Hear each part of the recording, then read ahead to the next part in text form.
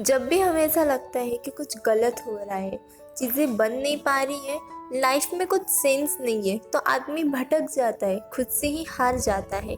इसी थिंग को लेकर आज की हमारी movie lost girls and love hotels ये 2020 की एक थ्रिलर ड्रामा मूवी है, जिसमें एक लड़की एक गैंगस्टर के प्यार में पड़ जाती है। इसके आगे क्या होता है ये हम हमारी मूवी में देखते हैं। वीडियो स्टार्ट करने से पहले मैं आप सबसे रिक्वेस्ट करती हूँ कि प्लीज़ वीडियो को लाइक ज़रूर करते हैं ना।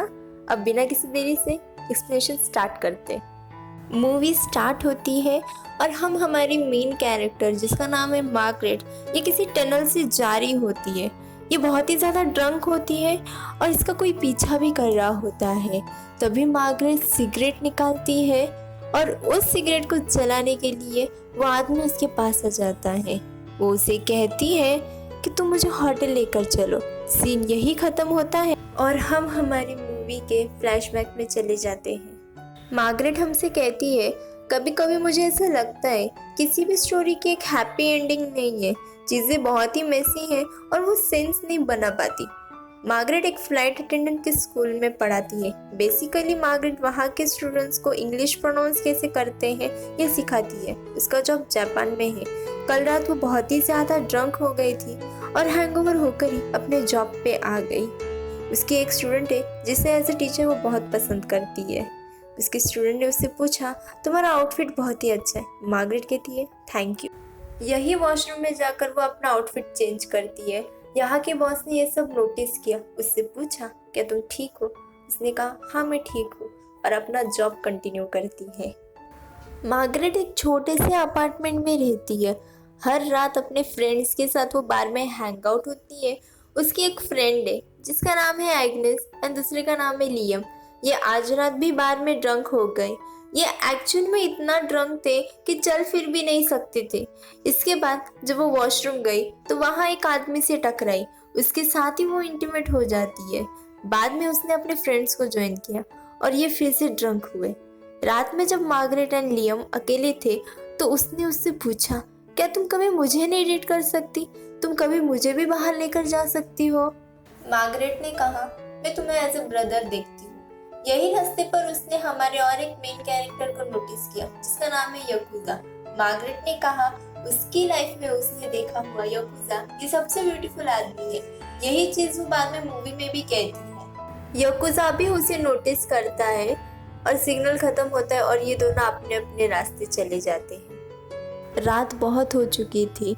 उसके फ्रेंड्स घर चले गए पर वो नहीं गई। अलग जगह पर जाकर वो फिर से ड्रंक होने लग गई। इसी बार में उसे एक आदमी मिलता है। ये दोनों ने एक दूसरे को स्माइल किया और ये उसे डायरेक्ट होटल लेकर आया और ये इंटीमेट होने लगे। इंटीमेट होते होते मार्गरेट ने कहा कि तुम मेरे हाथ बांधो। इस तरह की चीज़ें करना मुझे पसंद है। उस आदमी को ये सही नहीं लगा और वो उसे हर्ट नहीं करना चाहता, इसलिए वो वहाँ से चला गया। मार्गरेट आज रात भी घर नहीं गई थी, तो वैसे ही वो अपने जॉब पर आई। पूरी तरीके से हैंगओवर थी और वो सही से चल भी नहीं पा रही थी। उसके बॉस ने ये देखा और कहती है कि आज तुम्हारी तबीयत ठीक नहीं है, क्यों ना तुम घर चली जाओ। मार्गरेट फिर वॉशरूम गई। उसके पास उसकी बॉस आती है। वो उसे कहती है, पता है मैंने तुम्हें जॉब पे क्यों रखा? मार्गरेट को नहीं पता, तो वो उसे समझाती है कि जब मैं यंग थी तो बिल्कुल तुम्हारी जैसी थी। मार्गरेट को बिलीव नहीं होता क्योंकि उसे उसकी बॉस अब पर्टिकुलर लगती है। उसकी बॉस ने उसे कहा कि मेरा कोई हस्बैंड नहीं है, मेरे बच्चे नहीं है, सबको पता है कि मैं बहुत सैड हूँ, पर फिर भी मैं इन लड़कियों को कुछ सिखा सकती हूँ। वो कुछ सही करने के लिए मार्गरेट को इंस्पायर कर रही थी। इसके बाद मार्गरेट एक बुक स्टोर में आई। यहाँ पर एक ऑथर की बुक वो देख रही थी जहाँ पर सारी न्यूड्स पेंटिंग बनी हुई थी। अचानक यहाँ उसे यकूजा मिलता है। वो उसे पूछता है, क्या तुम्हें ये आर्टिस्ट पसंद है? वो कहती है, हाँ। वो कहता है, मुझे भी।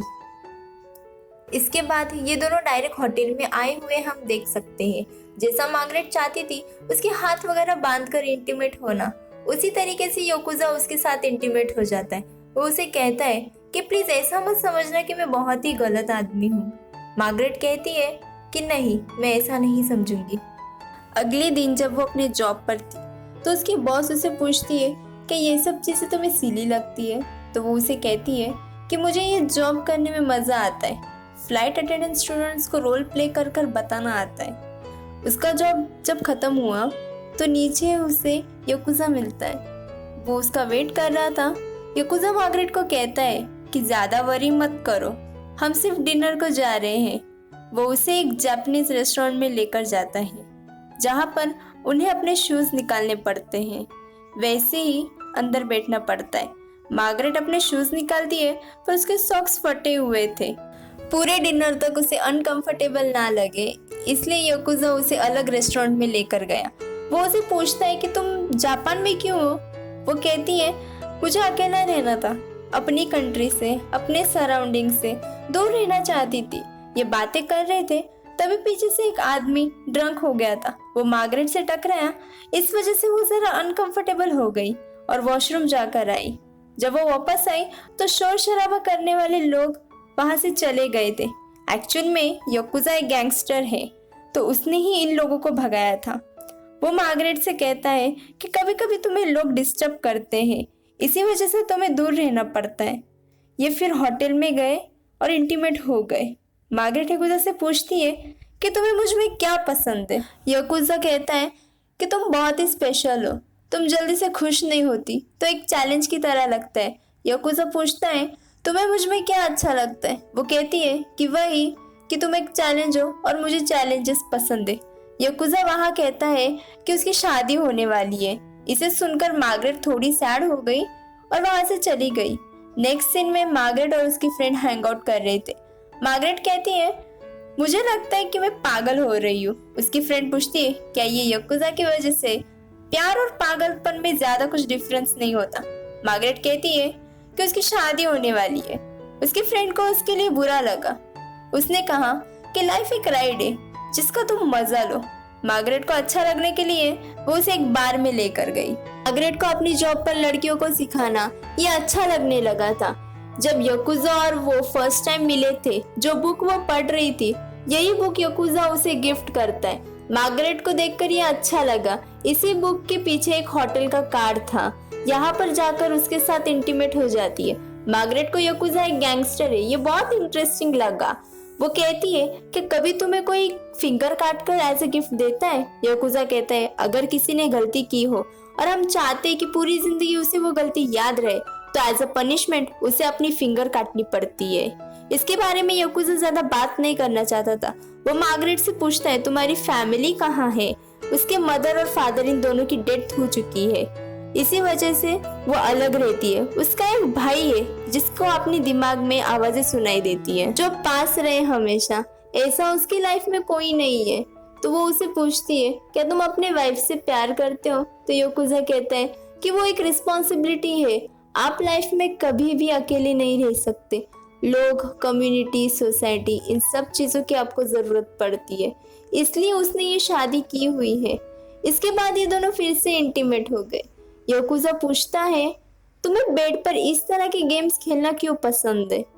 तो मार्गरेट कहती है यही चीजें हैं जो मुझे एक्साइट करती है।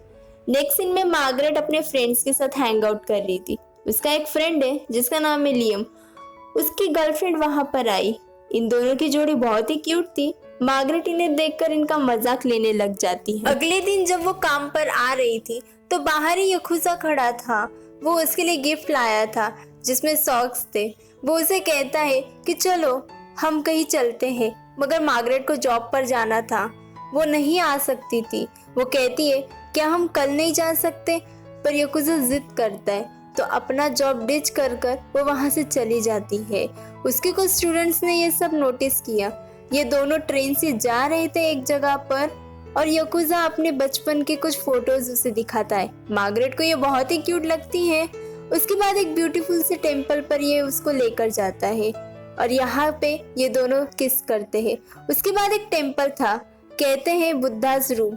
इस डार्क रूम में एक साइन बना हुआ था। याकुज़ा मार्गरेट से कहता है कि यहाँ आने से तुम फिर से रिबॉर्न होती हो, तुम्हारी पास्ट लाइफ से तुम्हारा कोई लेना देना नहीं है।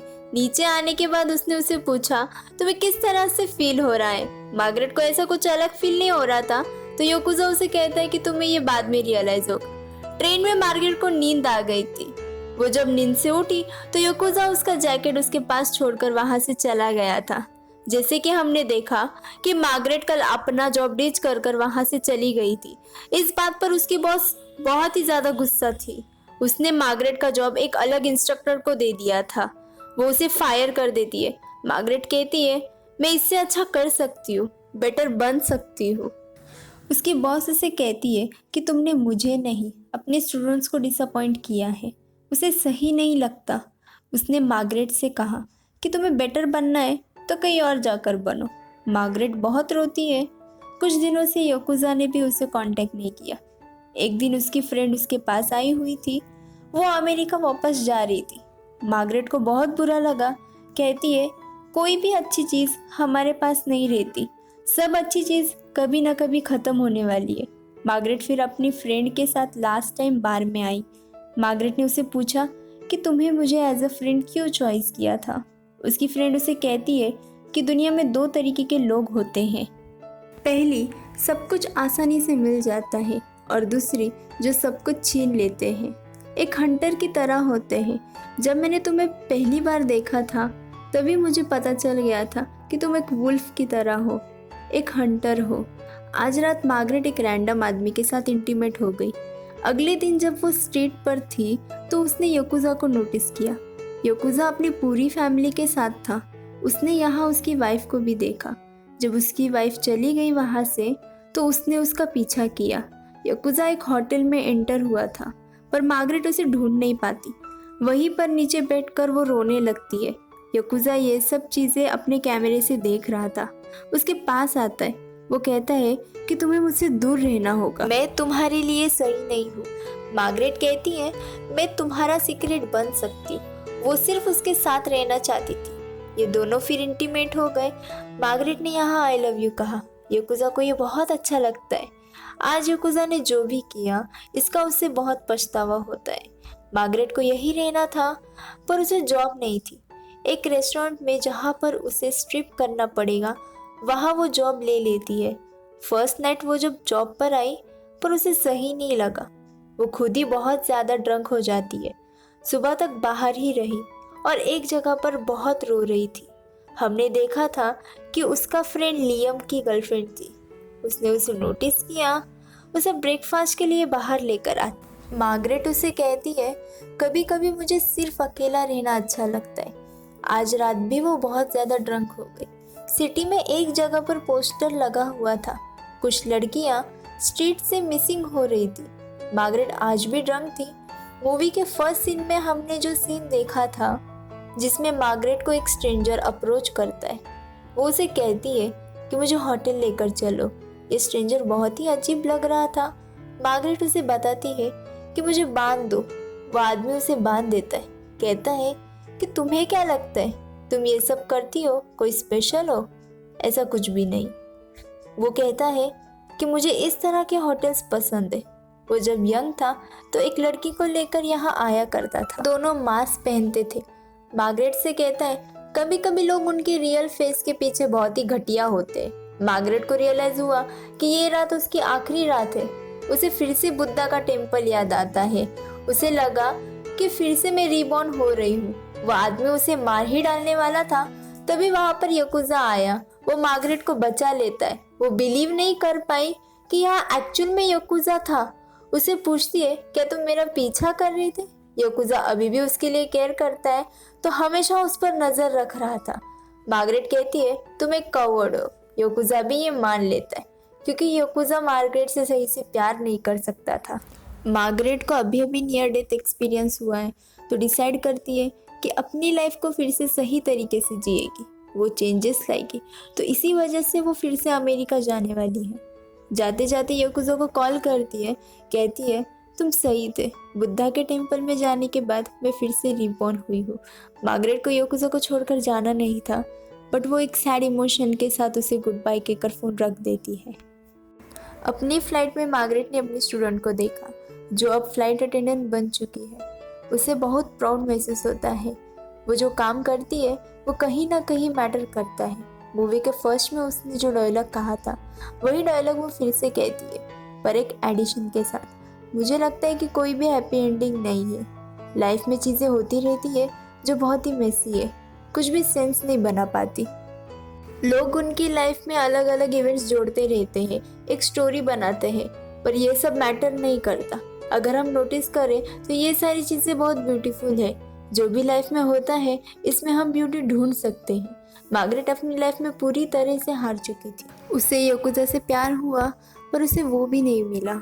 नियर डेथ एक्सपीरियंस होने के बाद उसे अपनी लाइफ चेंज करनी है। जब उसने अपनी स्टूडेंट को एज अ अटेंडेंट देखा तो उसे बहुत अच्छा लगा। जैसे कि उसकी बॉस ने उसे कहा कि मैंने मेरी लाइफ में बहुत सारी मिस्टेक की है, पर इन मिस्टेक से मैं कुछ सिखा सकती हूँ। यही चीज़ आगे चलकर मार्गरेट करेगी। उसकी लाइफ में जो भी चीज़ हुई उसमें उसने ब्यूटी ढूंढ ली है। इसी एक पॉजिटिव मैसेज के साथ ये मूवी यही एंड हो जाती है। अगर आपको ये वीडियो अच्छा लगा होगा तो प्लीज़ लाइक ज़रूर कर देना, ऑल्सो सब्सक्राइब कर देना। मिलते हैं नेक्स्ट वीडियो में, तब तक के लिए टाटा एंड बाय बाय।